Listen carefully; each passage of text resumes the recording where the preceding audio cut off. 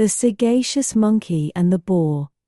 Long, long ago, there lived in the province of Shinshin in Japan, a traveling monkey man who earned his living by taking round a monkey and showing off the animal's tricks. One evening, the man came home in a very bad temper and told his wife to send for the butcher the next morning.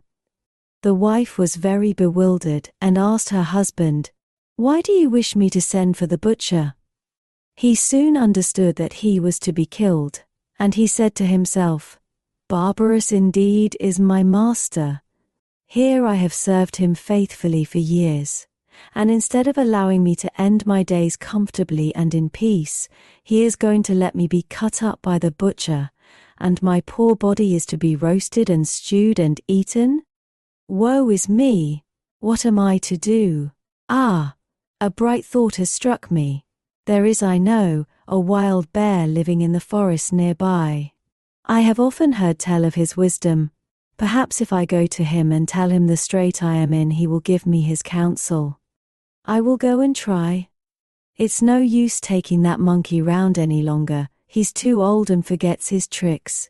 I beat him with my stick all I know how, but he won't dance properly. I must now sell him to the butcher and make what money out of him I can.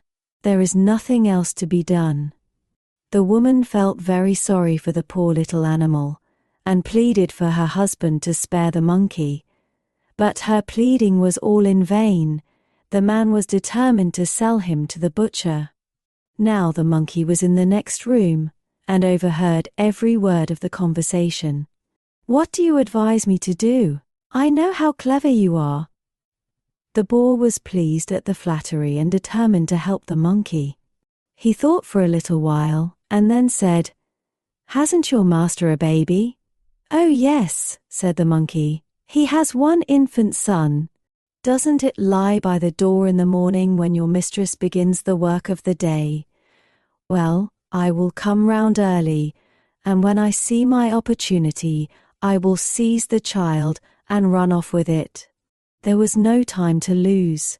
The monkey slipped out of the house and ran as quickly as he could to the forest to find the boar. The boar was at home, and the monkey began his tale of woe at once. "Good Mr. Boar, I have heard of your excellent wisdom. I am in great trouble. You alone can help me. I have grown old in the service of my master, and because I cannot dance properly now, he intends to sell me to the butcher." He was the first up, waiting anxiously for what was to happen. It seemed to him a very long time before his master's wife began to move about and open the shutters to let in the light of day. Then all happened as the boar had planned. The mother placed her child near the porch as usual while she tidied up the house and got her breakfast ready. "What then?" said the monkey.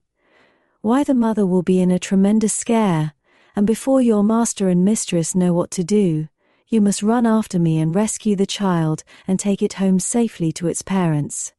And you will see that when the butcher comes, they won't have the heart to sell you." The monkey thanked the boar many times and then went home. He did not sleep much that night, as you may imagine, for thinking of the morrow. His life depended on whether the boar's plans succeeded or not.